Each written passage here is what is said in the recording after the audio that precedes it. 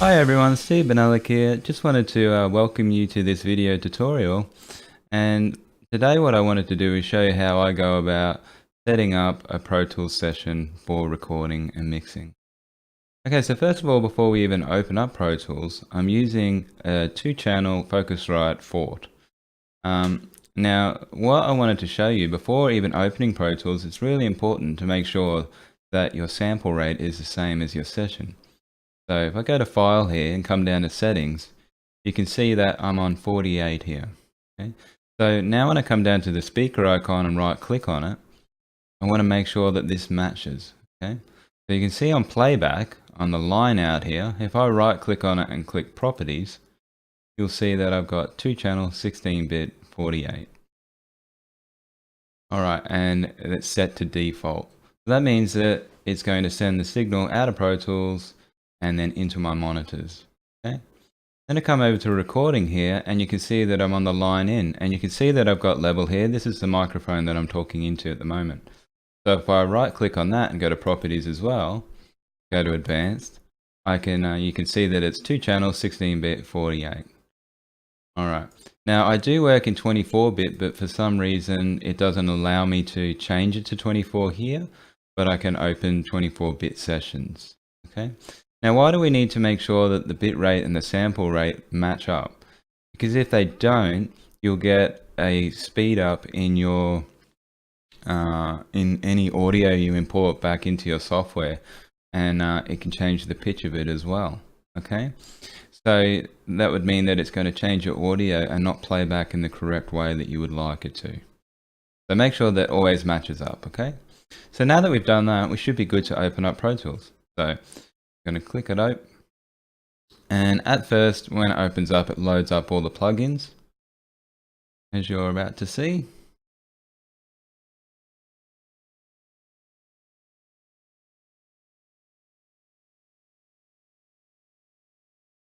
Okay, and just while that's loading up, like I said, I'm using a Focusrite 4 2-channel with got 2 nice clean pre's in it, and they're absolutely beautiful. I'm also just running a 4-core PC. It's only a laptop, so it's you know, it's got about 10 gig of RAM. Could do with a lot more, and the processing power is not the best, so I do have to bounce a lot of things down and commit to the sound. But that's not necessarily a bad thing, because when you commit to something, there's a lot less sort of you're just getting the sound that you want and then moving on. Alright, a lot less hesitation. Okay, so here we go. In this sort of main window here, we can either open from a template, which we're going to create in a minute. We can start a new session, or we can open a session that we've done. So let's create a blank session, and I'm going to work in 24-bit because I've got a lot more headroom then. And then we're going to go into the sample rate 48 and leave that the same, okay? Alrighty, so let's open that up. Now this is where my folder of all my other different music goes. So let's just go mixing, setup. Okay. Now I had that open earlier, so we'll just replace it. Alrighty, so when it opens up, you're going to have a complete blank session. Alright.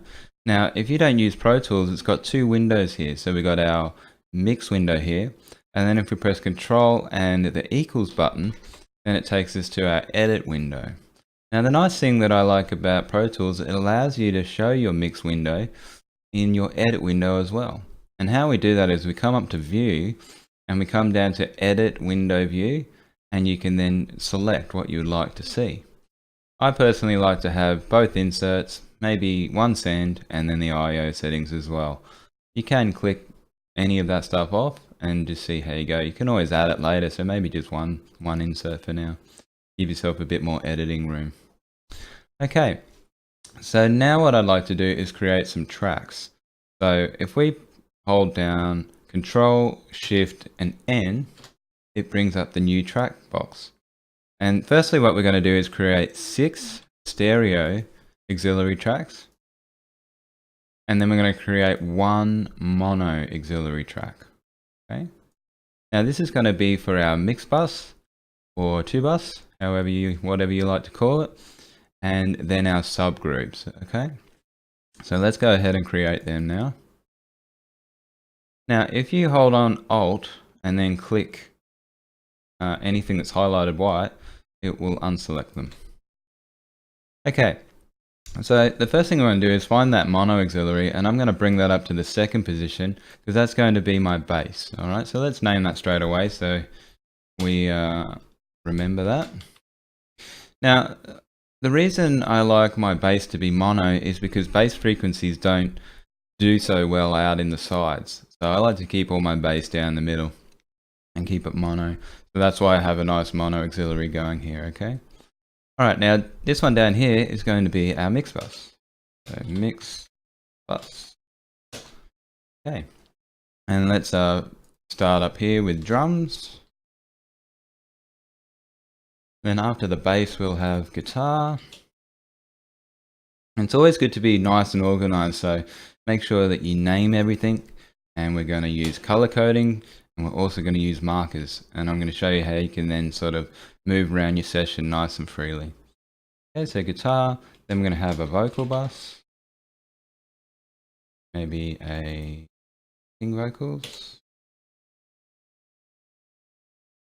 You can even have an effects bus, or it could be an instrument bus. So it could be like whatever instrument you have in there. So pianos, synthesizers, anything like that. All right, or it could even just be an effects bus, a place where that you can control all of the effects you have. All right, so let's do that. Let's do an effects bus. Alrighty, and the last thing I like to do underneath the mix bus, so I'm just going to create two more auxiliaries, and what I like to do is have my effects on the other side. Okay, so we're going to go stereo, and we want two of them. Auxiliaries. Now, if you're not familiar with what an auxiliary track is, it means you can't actually record audio on there, but what it allows you to do is send audio to it, and it can either pass through it, or you can dump everything into it like we are on this mix bus, okay? Which then allows you to process that on top, okay? So basically when we send everything in a minute into this mix bus, that means everything's going to come out of our monitors as stereo, left and right, but then we can process all of the whole mix together on this here. So this one we're going to say reverb. And then this one down here is going to be my delay. Alright, so let's color code everything now, because we'll do that now so we can see it nicely, and then we'll do the routing. So I like to have my mix bus red, and then I like my, if I click this here and then press shift here, it'll highlight those two. And I like to have my effects blue. Everyone has different colors, but this just seems to be what I like to do. And then I like my subgroups to be green. So we're going to click drum and then come down to effects, hold shift, and that's going to highlight everything in between. So I'm going to make my color green for my subgroups, okay? So now we've got our subgroups here, our mix bus here, and my effects here. Why do I put the mix bus here? It's just so that I know when I go to my effects channels, they're right down the bottom. I just scroll right down and there they are. Okay, so it's like just separating it up a little bit. Alright, so let's get into the routing now. So what we're going to do is we'll come up to setup, and where it's IOs here, we're going to start right from scratch. So we're going to go over the bus, right? And you can see here that nothing's named. So we're going to click default just to make sure everything's at its default setting, and then we can click OK. Excuse me. Alright, so I'm going to deselect this for a second. Alright, what we want to do is make sure that on the mix bus that the output is set to our monitors. So stereo out, left and right, okay?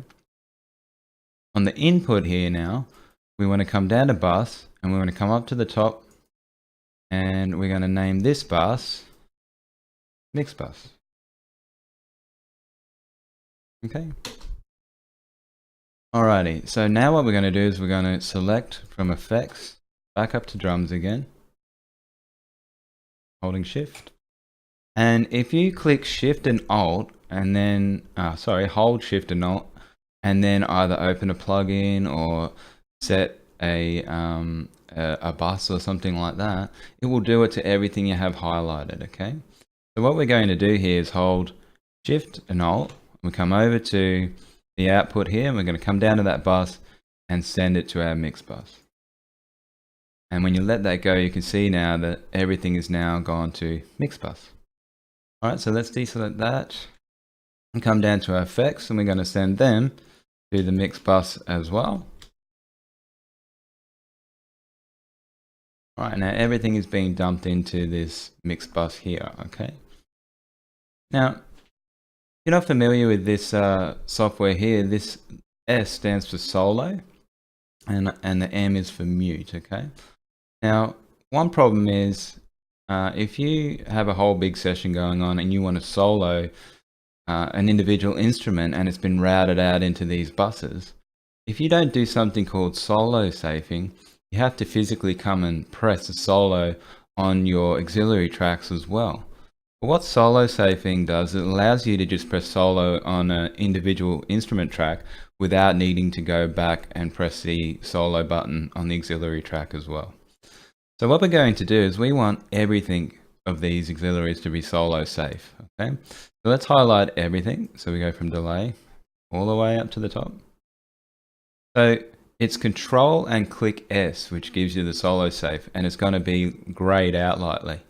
But what we're going to do is hold Shift and Alt, which remember does everything, and then we're going to hold Control as well, and that should do all of our tracks.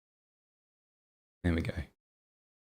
Okay, so now that they're all grayed out, we can unselect them now, and whenever we add audio now, we'll be good to go.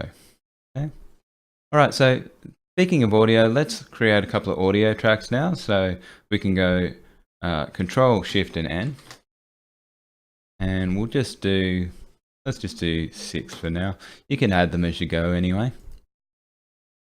And we'll move those right up to the top. So the way that I moved that then is I just clicked my mouse on here, and whatever's highlighted I can move up and down however I like to. Right, now you can name these as you go to record and then send them to the individual buses. So let's just pretend that this was my kick channel, right? And this was my snare channel. All right. Let's just say these are my guitars. Guitar left, guitar right.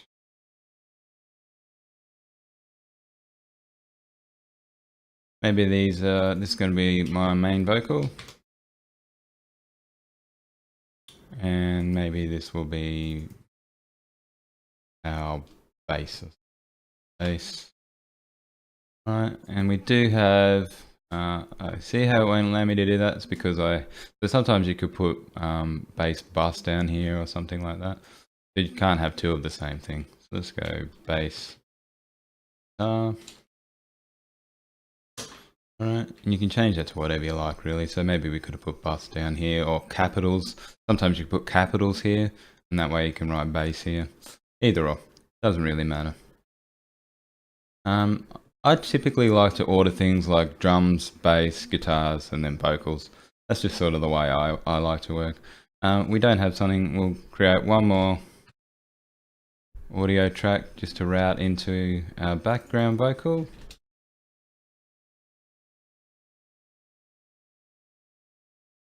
Okay, so now what we want to do is, obviously we're pretending here there's no audio, but what we need to do is set the inputs for all of our subgroups so that we can route our audio through those buses, okay?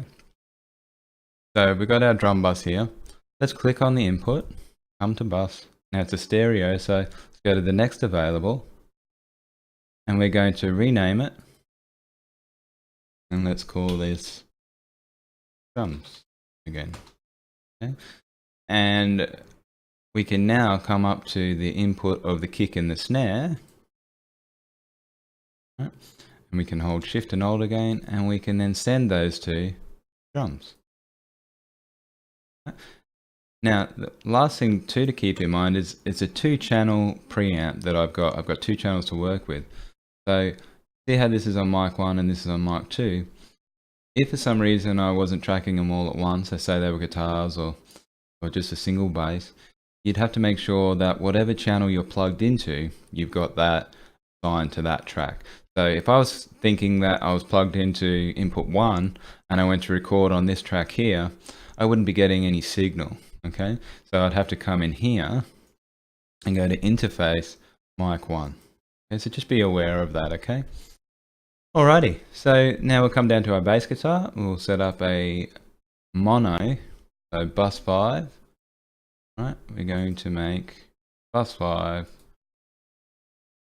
the bass. So let's put our bass guitar now over to its bus.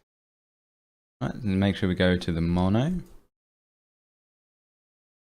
Okay, now guitars, we're going to send to a new bus. Take that to 7 and 8. And let's call that guitars. Okay, so highlight again. Good if you can get used to the shortcuts. Makes life a lot quicker. Into our guitars. Right, and now our main vocals. The vocals, new bus. Now it's interesting, I like to keep my vocals most of the time in the center, and then perhaps I use some stereo effect or something like that as well. Okay, so we'll keep it stereo for now. We want that to go to 9 and 10, and make sure we rename it as well to vocals. And then the next one is going to be our background vocals.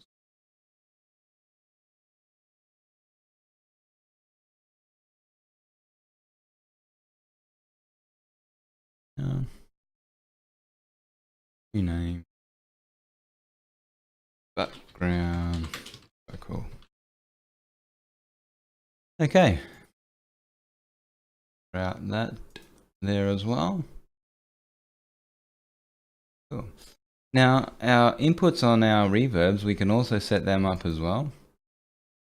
And make this one reverb. And we'll make this.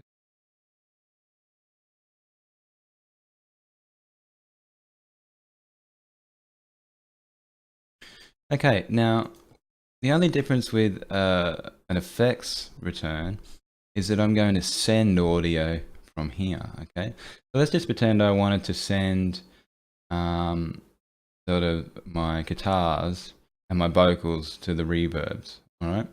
What I could do is I come over to my send here and we'll highlight them all. And we come to a send, we can press Shift and Control. And let's come down to reverb, okay? We can now put that on there, right? And if you click Alt, then it brings it up to Unity, okay? Like that. Now, probably could hold Shift and Alt, and that would hopefully do all of them. Yes, it does. Okay. All right, so now they're all like this. Now, one thing, if you've never seen a send, what this is doing is when it's on post fader, which it is at the moment, it's going to send the audio to the auxiliary, but with the levels that you have set here. Okay? And when you click this button here, it then makes it pre-fader. So what happens then is it sends a copy, almost like duplicating the track, to the auxiliary, and you could actually mute then these here and still have sound coming out of the auxiliary. So that means basically you can have an independent control over that track. Okay, so it's basically the same thing as duplicating it. And then this here is follow the main pan. All right, so if you click that on here, it's now going to follow the pan that you have set up here. Okay, so that's that. And then if we wanted to send a bit of delay as well, we could also do the same thing. So Shift Control, add a little delay as well, bring them all up to 0, and let's make these pre-fader, okay? Alright. Cool. We can make all of them pre-fader if we like. Now it's not such a bad idea to make things pre-fader because then you can blend in that signal, okay? Alrighty, so that's pretty much how I would set up everything. We'd have to import some audio and then we could see how we go from there, okay? So let's just have a little look. We'll come up to File, Import Audio. I'll have a little look and see what I can bring in. See if I've got something that I can just got like a get some, yeah. Here we go. I think I've got stem down here or something. Let's just bring in some stems, okay? So bring in a drum and bring in the. Alright, so I double clicked on this here. Now, if it's not the same rate, right? So in other words, it's a different bit or different sample rate, it's going to let me know when I click here. It's going to come up and say, one or more of these files you have selected to add is a different sample rate. And you see here it says these files will play back at the wrong speed. So we're going to click no, and we're going to remove this here. And then what we're going to do is click it and go convert clip. And now it's going to convert it from 44.1 to 48. Click done, use the current folder, and now it's going to import the audio for us.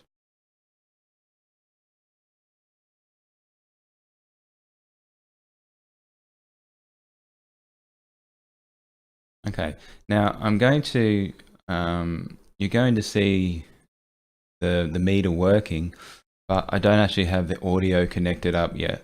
So you won't actually hear any audio when I press play, but you'll be able to see the meters working, okay? I haven't quite figured out yet how to have the microphone going and the audio coming out of Pro Tools, but I will definitely work on that for the future videos. So we'll get this going and we'll just check that all of our routing is working. And I'll show you how to open up a plugin as well. And then we're going to do the markers and then create a template to finish this video up. Okay.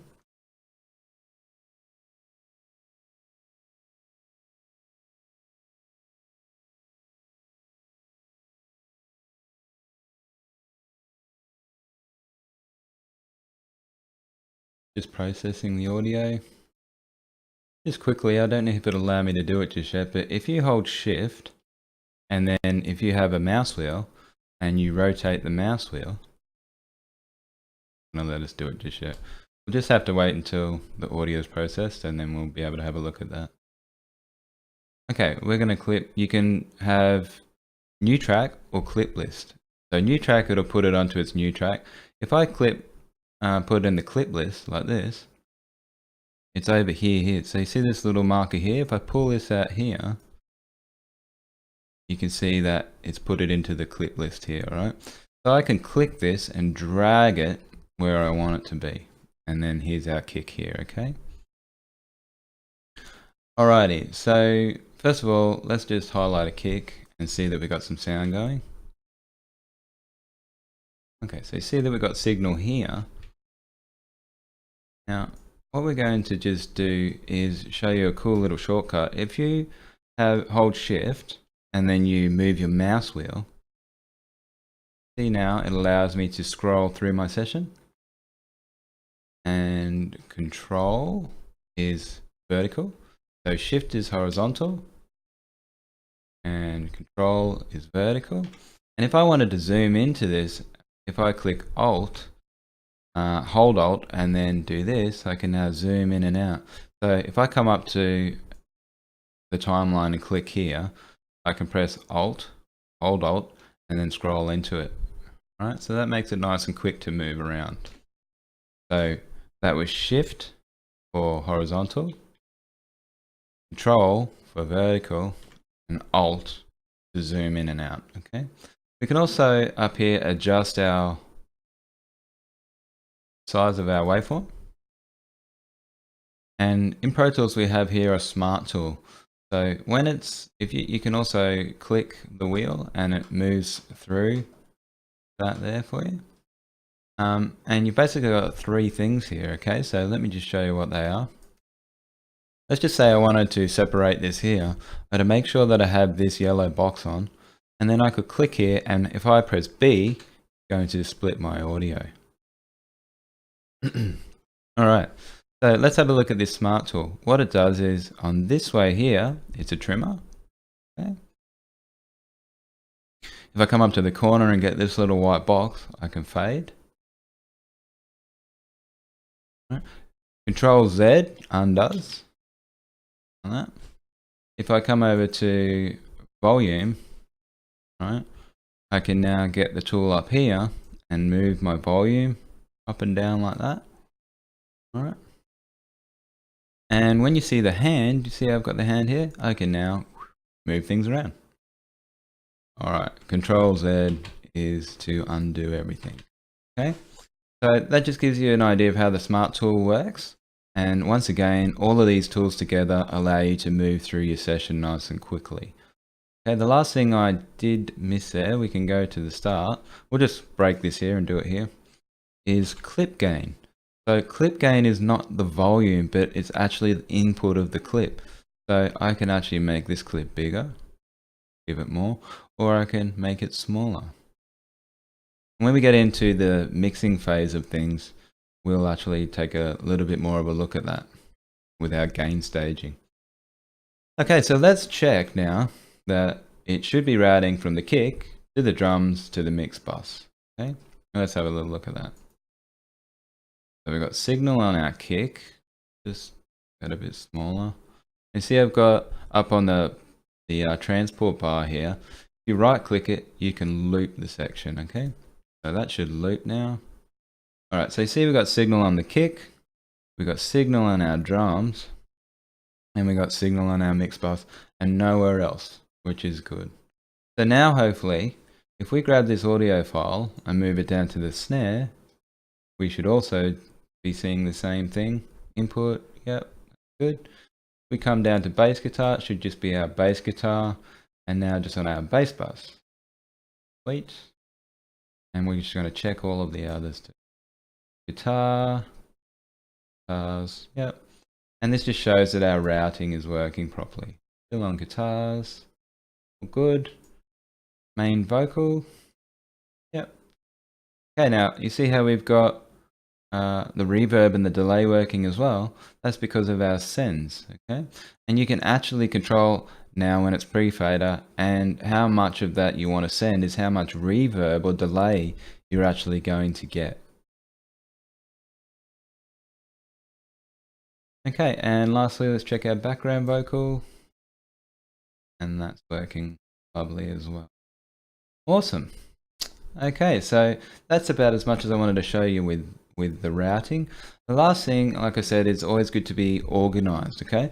So we've got color coding so we can move around nicely. Go up to the markers here, and let's just pretend we can go to grid mode up here. Grid will lock to the grid. Slip is so that you can take it off the grid. You can do count-ons with the metronome here, count-offs, and you can change all your tempo and that here. This conductor allows you to actually manually change the tempo. Okay, so when you turn that off, I can come in and adjust the tempo.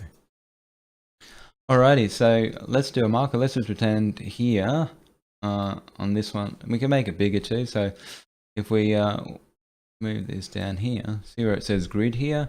I could come over to here and make it a bit less crazy. Alrighty, and let's add a marker. So let's pretend that was our intro.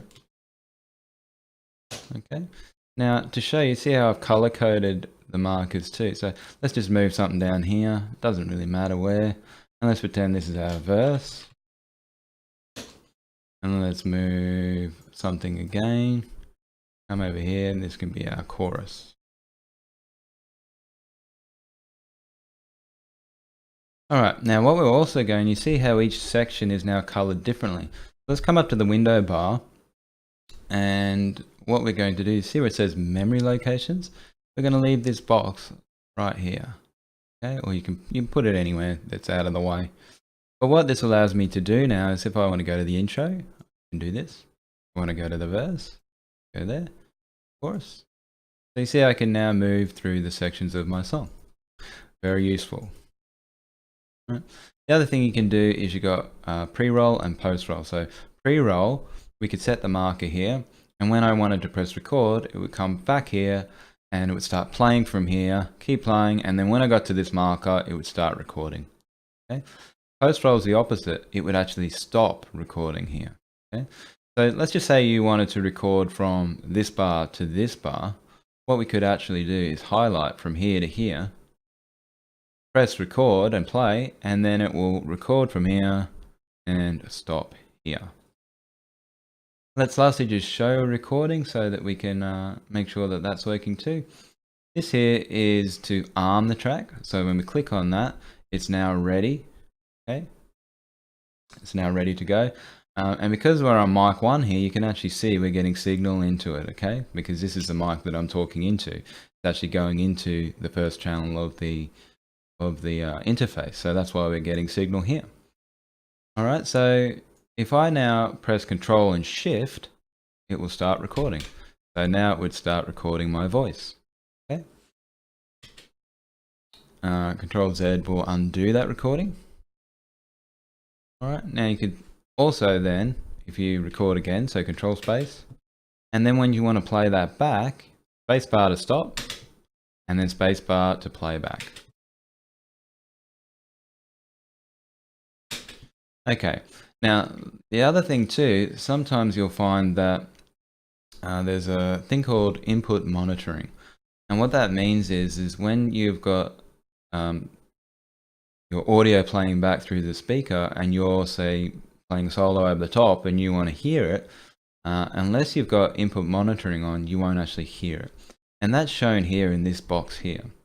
So Alt-K turns that on and off. Okay. That's about as far as we're going to look at the moment. Sorry, there is 2 more things we're going to look at, and then we're going to save our template and we'll finish this video up, okay? So we're just going to look at the groups down here. What we can do is we could take, say, these 2 and we want them to be in a group together, highlight them, right click, Control G to create a group. Now you see how they're over here? That's going to say I want my kick and snare in this group, and we could name this drums. And now I have a group. Everything I do, you watch this fader here, and when I move this one, that one goes with it as well. Okay. So that can be quite handy, and you can turn it on and off here. You could select everything for all right? And these over here are showing you what the tracks are in your session. Okay, you can actually make things inactive in that as well.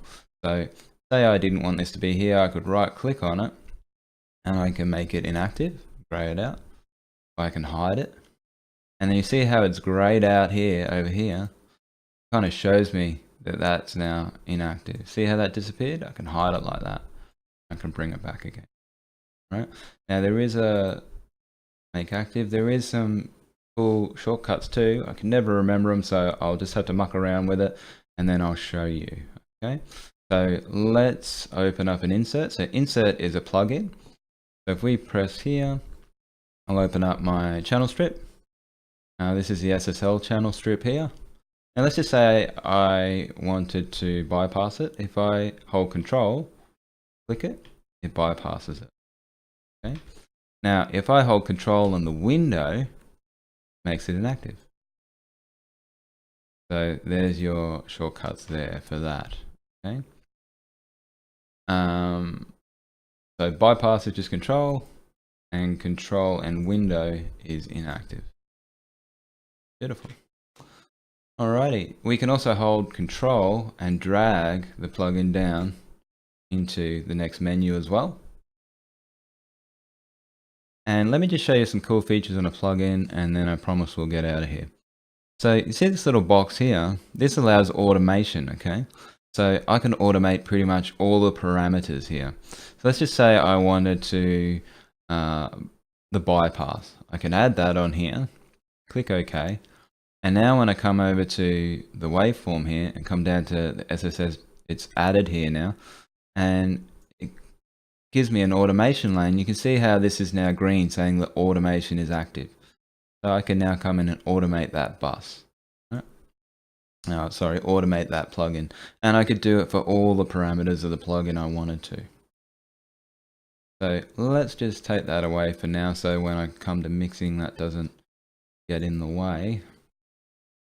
Another cool handy thing is, see up here it says preset, this little arrow here.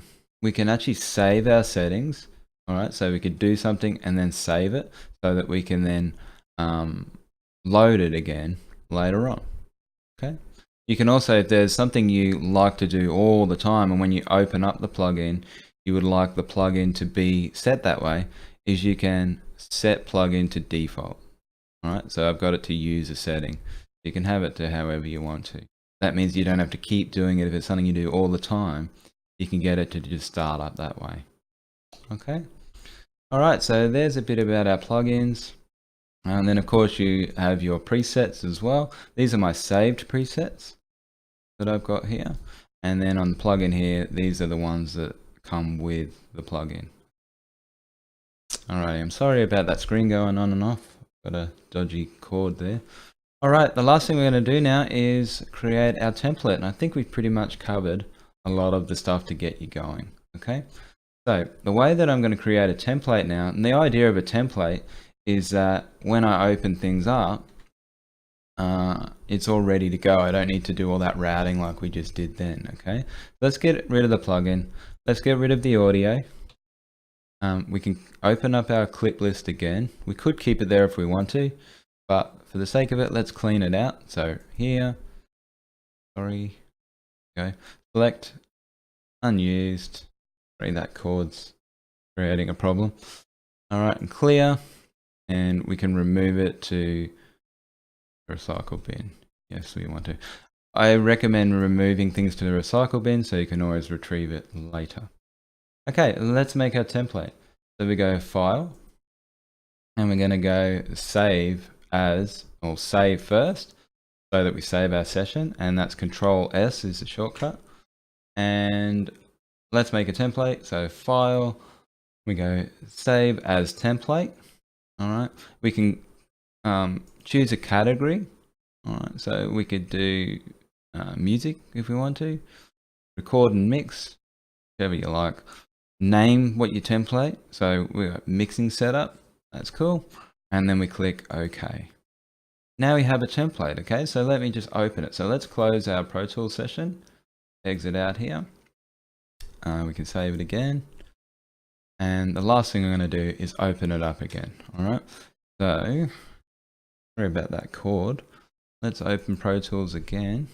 I'll try this back one. That's problem is. Dodgy, sorry about that. Okay, now let's open a new session from our template again. All right, and that will finish us up.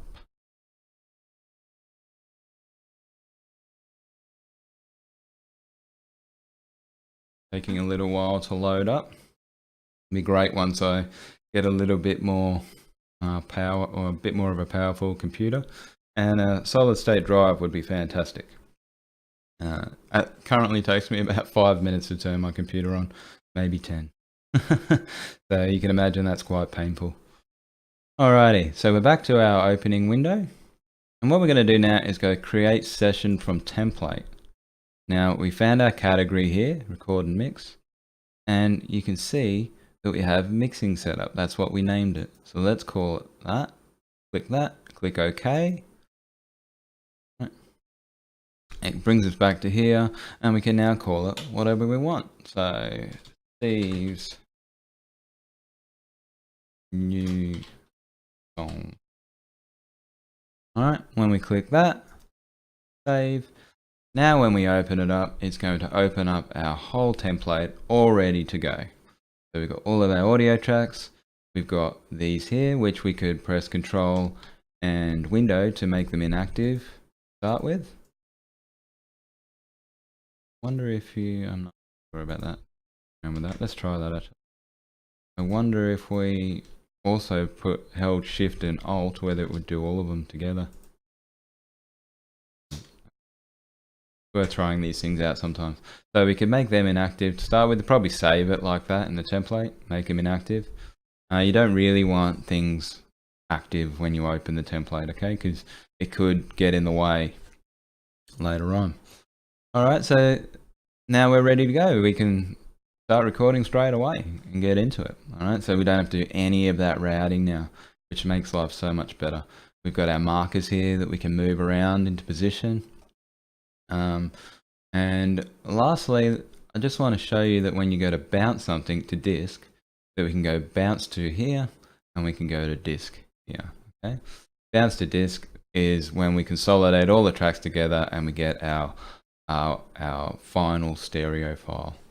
And then you can import your audio and MIDI here. And you can also, Avid also have a video engine, so you could also import video and then edit your audio as well. So I think that pretty much covers everything, guys. So we're going to go Control S and save that again.